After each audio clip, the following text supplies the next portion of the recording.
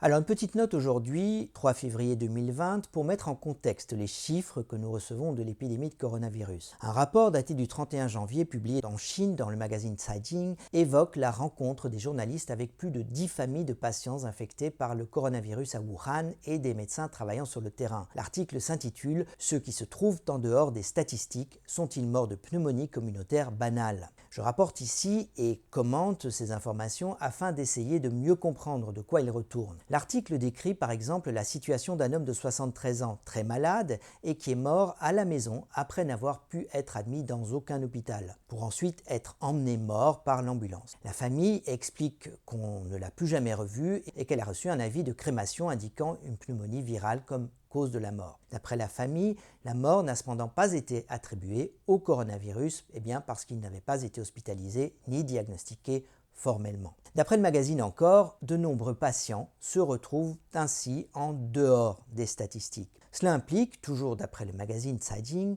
que les statistiques des cas confirmés et de mortalité ne reflètent pas complètement la réalité de l'épidémie. On mentionne encore l'explication d'un chef de département dans un hôpital de Wuhan qui indique que 120 cas quotidiens avec de la fièvre à la consultation, 80 d'entre eux présentaient une atteinte pulmonaire et seuls 5 d'entre eux pourraient être finalement hospitalisés. Les cas sont suspectés sur base d'une série de critères, notamment l'aspect en verre dépoli au CT scan. Les gens testés positifs, soit plus de 80% des cas suspects, seront ensuite transférés dans un des hôpitaux de référence pour le traitement de la maladie. Alors il semble en fait que dès lors qu'un test positif mène à la disposition d'un lit, il doit y avoir une relation entre le nombre de diagnostics enregistrés et le nombre de lits, en tout cas dans les hôpitaux de référence pour la maladie. Le magazine explique qu'après avoir fait la queue dans leur quartier, les patients font un CT scan des poumons, un test sanguin, le quartier rapporte le résultat à un autre niveau administratif appelé DIEDA et en fonction de la gravité du cas détermine la possibilité d'un lit. La deuxième manière d'accéder à l'hôpital est de faire la queue dans un hôpital habilité à faire le test et d'attendre 48 heures pour obtenir le résultat. Si le test est positif, l'hôpital ne peut alors refuser l'admission. Alors un des problèmes du système, selon Caijing toujours, est que souvent la file d'attente est très longue, ce qui est particulièrement difficile pour les plus malades qui peuvent nécessiter parfois une admission en urgence.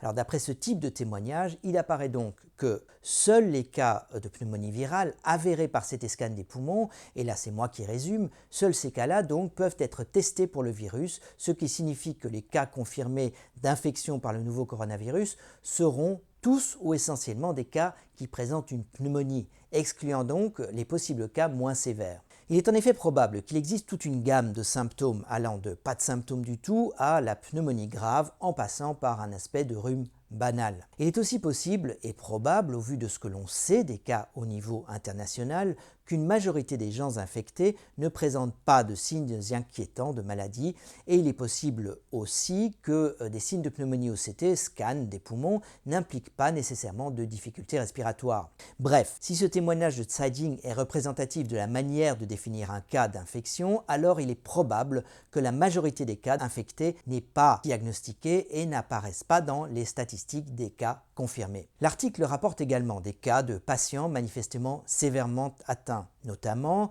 un patient âgé qui tousse du sang et à qui on a fait un CT scan des poumons montrant une pneumopathie on s'en doute sévère, mais qui n'a pu être admis à l'hôpital parce que tout le processus de confirmation de l'infection n'avait pu être encore complété. Il a dû donc rester en isolement à la maison malgré la sévérité de sa condition. Ainsi, on en prend encore l'histoire d'un patient mort chez lui, faute de pouvoir être admis à l'hôpital. La famille a dû attendre pendant plus de 10 heures la voiture des services funéraires, voiture contenant par ailleurs déjà plusieurs corps.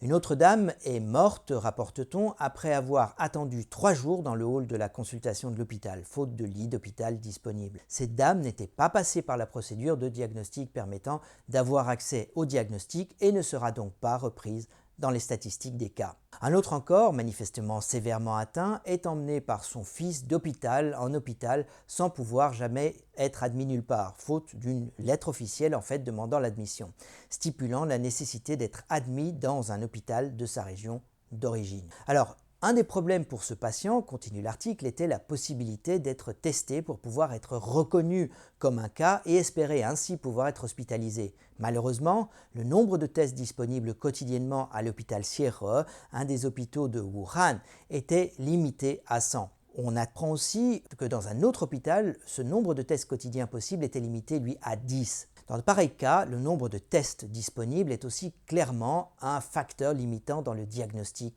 de l'infection. Alors on décrit aussi dans l'article un service d'ambulance débordé, avec le cas d'une dame malade ayant perdu connaissance déjà 2 fois chez elle et à qui on a répondu qu'une voiture ne serait envoyée que si un lit d'hôpital était disponible et que par ailleurs, depuis les 2 derniers jours, aucun de ceux qui avaient été appelés n'avait été envoyé à l'hôpital.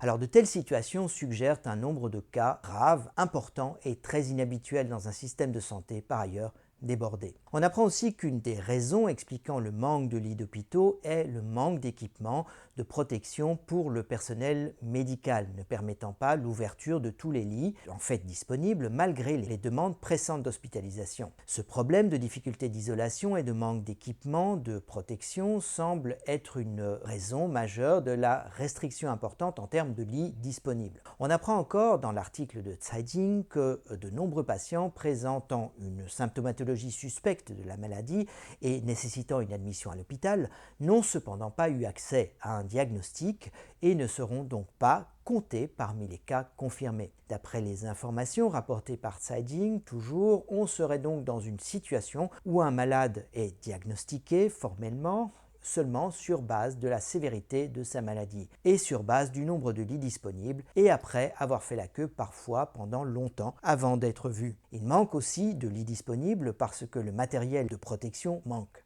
Dans ces conditions, on est donc en droit de remettre en question la pertinence des chiffres puisque ces chiffres reflèteraient plutôt une frange très malade de la population et encore la frange de la population qui a accès à un lit d'hôpital. Cela signifie que la mortalité actuellement supposée de la maladie est probablement nettement plus basse en réalité, mais aussi que le nombre de gens réellement infectés est en réalité beaucoup plus important que ce que nous donnent les chiffres officiels. Par ailleurs, si le nombre de morts de la maladie est sous-estimé parce que ces cas ne sont pas diagnostiqués, comme cela semble être le cas, ces morts s'ajouteront par contre à la mortalité de la maladie et l'importance de l'augmentation dépendra du nombre de gens morts exclus des statistiques. Imaginons que l'on ait 1000 personnes infectées et que seulement 100 sur les 1000 soient testées parce qu'elles remplissent les conditions de test, un CT anormal par exemple. Parmi ces 100 personnes testées, 2 personnes, disons, meurent de la maladie, soit 2%. La mortalité réelle de la maladie ne sera donc pas 2%, mais 2 pour 1000, soit une mortalité réelle 10 fois moindre.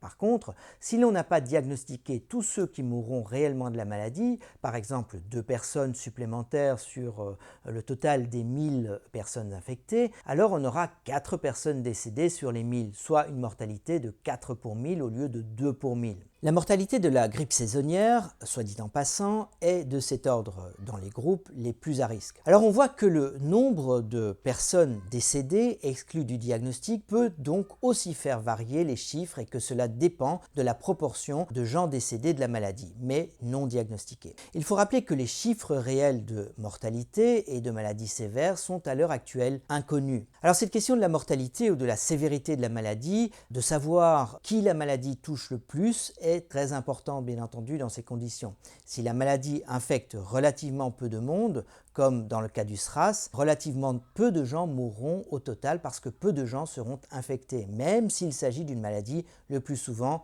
sévère, comme c'est le cas du SRAS par exemple. Si au contraire la maladie touche un grand nombre de gens, est comparable par exemple à la grippe saisonnière en termes de nombre de gens infectés, alors une mortalité comme celle de la grippe, autour de 0,2% par exemple dans les groupes les plus à risque, pourrait faire des dégâts énormes au niveau mondial. La connaissance de la morbidité et de la mortalité réelle est donc d'une importance fondamentale pour connaître l'impact sur les systèmes de santé et les sociétés par lesquelles le virus passera. Les informations qui circulent dans les réseaux sociaux comparant l'épidémie actuelle à des épidémies passées ou déjà anciennes n'apportent pas une vision correcte de l'importance réelle de l'épidémie actuelle qui, rappelons-le, n'a commencé qu'il y a un peu plus d'un mois. Et s'y référer en particulier pour évaluer l'importance que prendra l'épidémie actuelle est trompeur.